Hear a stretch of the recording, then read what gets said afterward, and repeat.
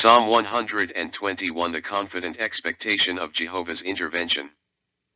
This psalm is the second of 15 psalms, Psalm 120 to 134, which are designated by the name a song of degrees or ascents.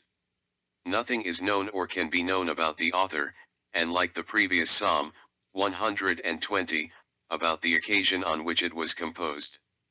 This psalm focuses on 4 identifiable stages of God's assurance offering help and protection.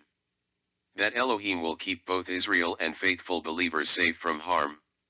This psalm is several steps ahead of its predecessor, for it tells of the peace of God's presence wherever the faithful may reside, and the assurance of his guardian care, while Psalm 120 bemoaned the departure of peace from the good man's residence, and his exposure to the previously mentioned venomous assaults of slanderous tongues.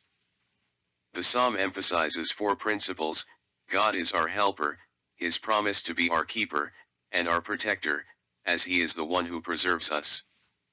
What we can ascertain about the psalm's composition is that the composer was isolated from his native land, and by expressing confidence in God that Jehovah Jireh, our provider, would eventually answer the prayer and bring him out of his exile and his trouble as one whose eyes are on Jerusalem.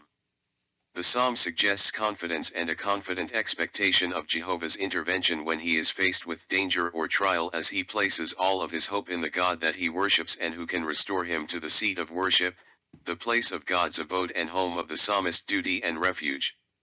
The picture may be of a pilgrimage to Jerusalem with a faith-filled sojourner on his way to the temple. He yearns to draw close to his Maker. So, it should be with us who are the building blocks of God's temple. We are the tabernacle of his Holy Spirit. May our desire yearn to remain close to the center of worship, Jesus Christ.